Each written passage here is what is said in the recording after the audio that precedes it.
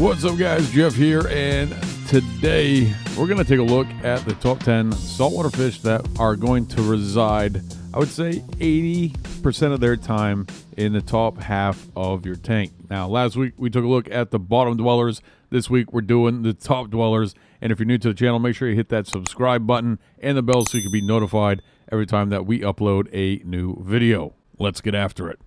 Coming in at number 10 on our top side dwellers of the saltwater aquarium fish is the blue-green chromis. Now, this is a fish that I struggle very much so to keep, and even though that it is kind of plain, it is rather inexpensive, and I've always wanted to have a school of these guys in a large aquarium. They do get rather big.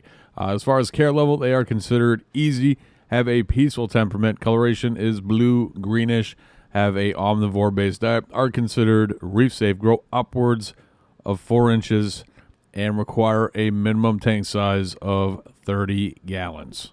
An absolute beautiful saltwater fish. Check them out, the blue-green chromis. Coming in at number 9 on our top half dwelling saltwater fish is the royal grama. Now, a couple great things about this fish. One, it's absolutely beautiful, as you can see.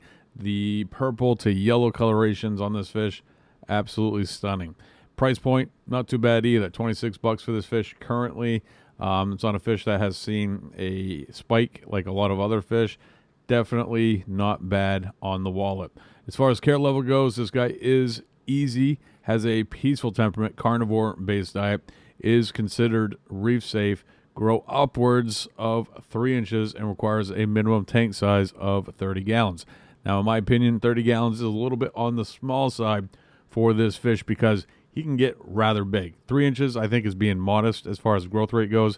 This guy can get really big, and if he gets to maturity, he can become a little bit of a troublesome fish. So I think that he does well in a larger aquarium than 30 gallons. But either way you cut it, absolutely beautiful fish. Check him out, the royal grama.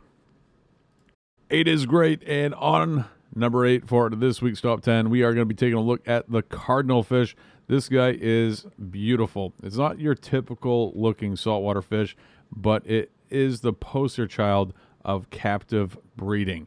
The reason being is that this fish was almost extinct or on the endangered species list, and due to captive breeding actually got it off that list. Beautiful, awesome fish. As far as price point goes, $34. That's a little bit on the high side for me.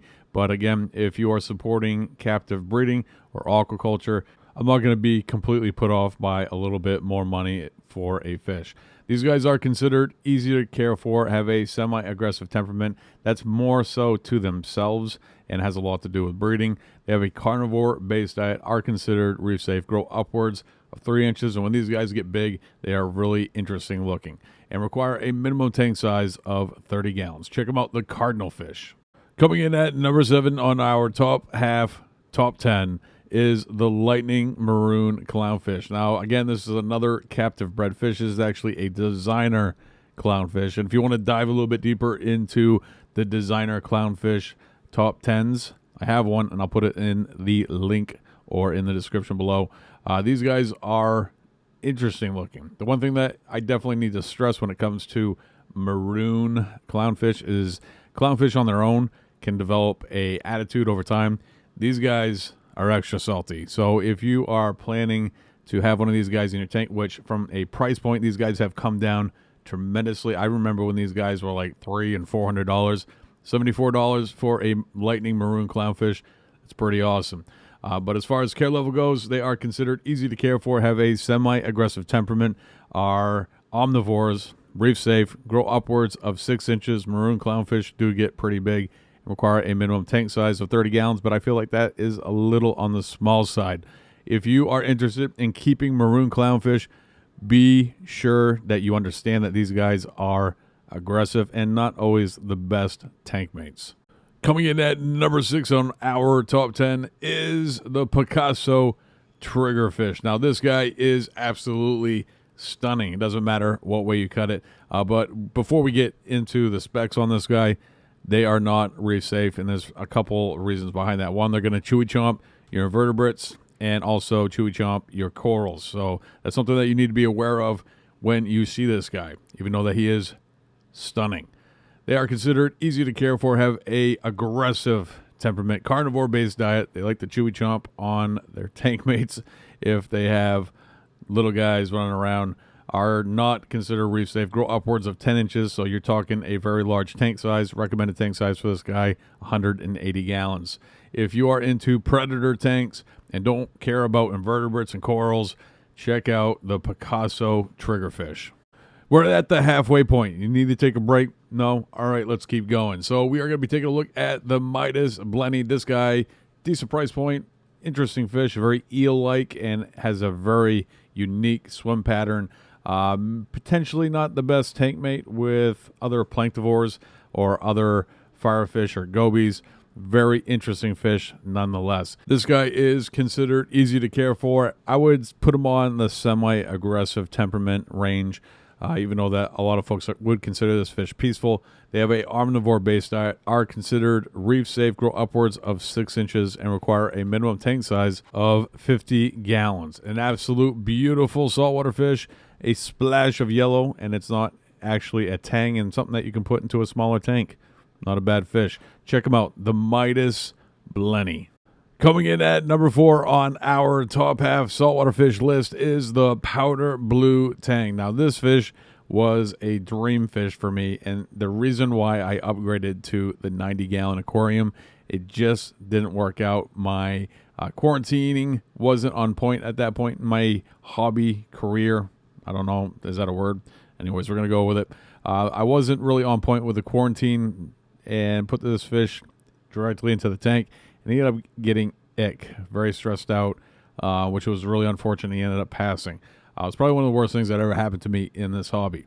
Nonetheless, I have learned from that experience and have definitely stepped up my quarantine game. But as far as this fish, he's going to spend a lot of his time in that mid to top end of the tank. I would say probably about 75% of his time. Yeah, he's going to duck around in the rocks and go to bed at night in the rocks. But this fish is a showpiece. It could be the centerpiece of a reef tank. An absolute beautiful addition. Considered moderate care level, has a semi-aggressive temperament like a lot of tangs do. Is omnivore, is considered reef safe, can grow upwards of 9 inches, and that's why it requires a minimum tank size of 125 gallons. Coming in at number 3 on the top 10 top half saltwater fish is the Potter's Angel. Now, this guy is a little bit on the expensive side, but he's also on the difficult side and is considered semi-aggressive, omnivore-based diet, is reef safe with caution, like a lot of the dwarf angels that are out there, can grow upwards of 5 inches and requires a minimum tank size of 70 gallons. This guy likes to swim around the tank. He's going to spend a majority of his time in that middle section, ducking in and out of the rock work, and is a interesting coloration and not your typical dwarf angel, and that's why he's on this top 10. Number 2 on our top 10, the Carpenter Ras. Now, this guy is incredibly gorgeous, absolute amazing coloration. He is considered easy to care for, has a peaceful temperament, omnivore-based diet, is considered reef safe, grows upwards of 3 inches, and requires a minimum tank size of 55 gallons. Now, like with a lot of wrasses, you need to have a good amount of sand so you can nuzzle in there and go to bed at night. But during the day, he's going to spend a lot of his time cruising around the tank. They have a very interesting swim style, and that's why I absolutely love wrasses. The one thing that you need to understand if you're going to keep wrasses is you need a lid on your tank because they are known jumpers, and nobody wants little dehydrated fish chips laying around the outside of the aquarium. Put a lid on it. Coming in at number 1, we have made it. If you are still watching right now, you are awesome, and I'm sure at some point you'll ask yourself, why is there no Anthias on this list? Well, here we go. The Leyetale Anthias, absolute beautiful saltwater fish, and definitely going to spend, I would say, 90% of his time or their time in that middle to top range of the tank. They are planktivores, so they're going to be chewy chomping on the little bits that are floating around in the water column. These guys are also sexually dimorphic, which there is a difference between the males and the females, but they also can change sex. So the most aggressive one will become male if the male were to die.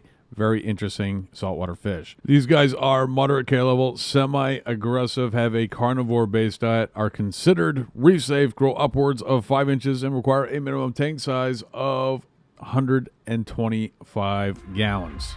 All right, folks, that's going to do it for this one. If you want to learn more about saltwater fish care, check this video out. I'll see you over there.